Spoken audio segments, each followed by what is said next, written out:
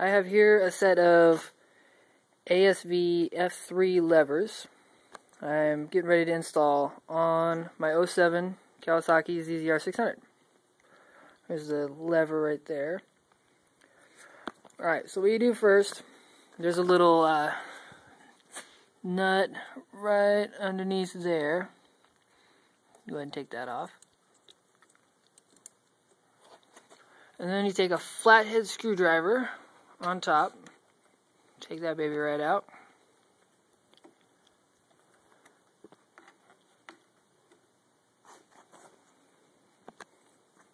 Pretty simple so far.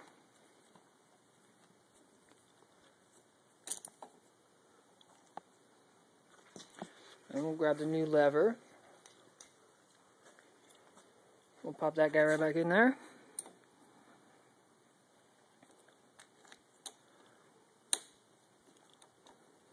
Obviously that's not adjusted right now.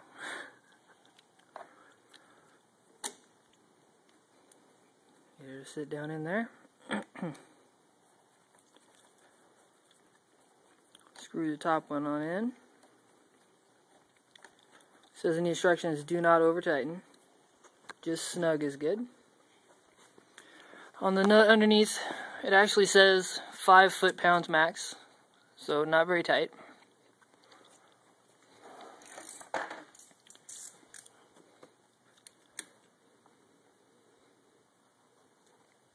Alrighty.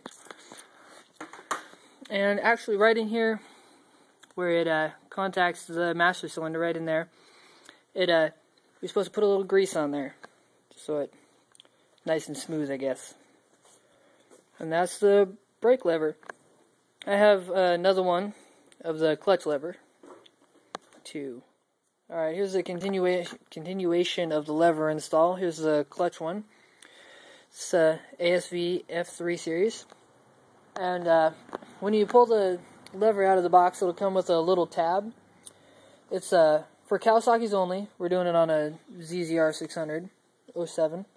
It's this little tab right here. It's not already attached. It's again for Kawasaki's only. It's for the neutral safety switch, so it operates correctly. We're going to go ahead and tighten that one down first. You don't have to be super tight.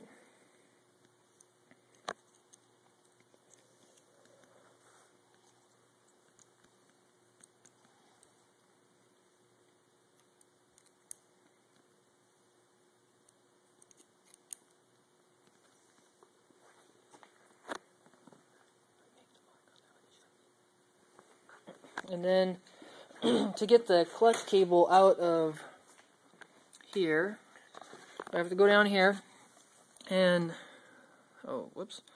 and this top nut we unscrewed all the way up and then let it fall all the way down. That way there's as much slack on the cable as possible. And then we go up here, and here's the right here is the barrel adjuster for your clutch cable. We went ahead and screwed it all the way in, lining up the, I don't know if you can see it, there's a little slit on the side, all the way up from here to there. We're going to line that up, and then it slides out like this, and then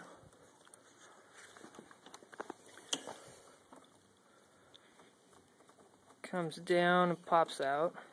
Takes a little wiggling.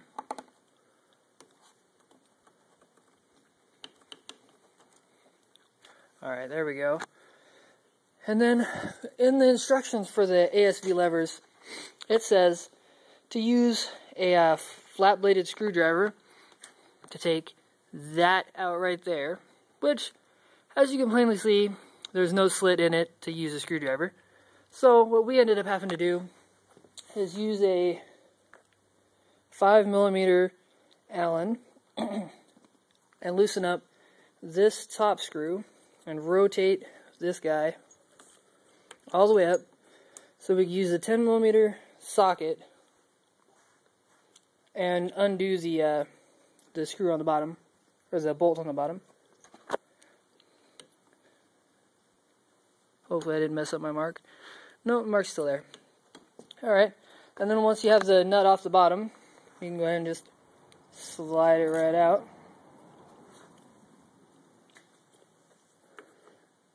And then comes right out. And there it is. And then we go ahead and slide the new one in. A little bit of a tight fit.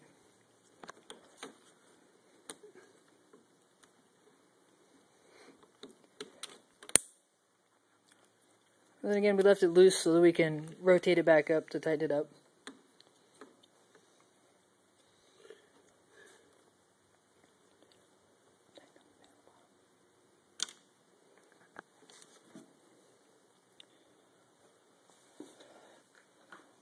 We'll go ahead and put the lock nut back on.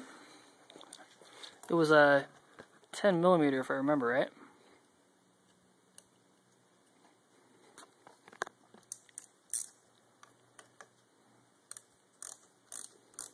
Does not have to be very tight. Same with the brake lever, 5 pound-foot.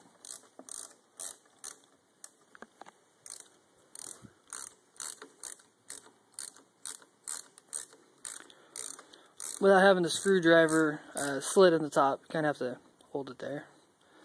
That's good.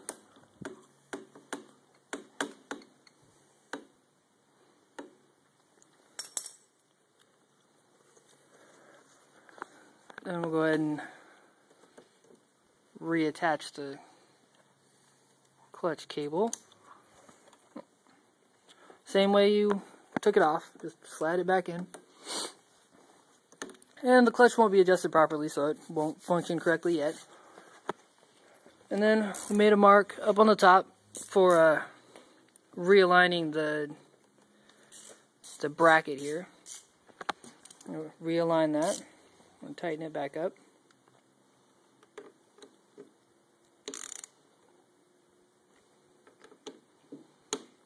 These ones are probably snug down pretty good. They a little bit of torque involved. Yeah, that's good. And then once we're done, you'll have to readjust the clutch cable on the other side. If I hadn't already said, it was a 12 millimeter for readjusting this. If you don't know how to adjust the clutch, it'd probably be a good idea to mark where they were, just so you can put it back easy. And that's pretty much it. So this is what the finished product looks like. You break away like that. So if you get in a crash, your fingers don't get broken off. And that is that.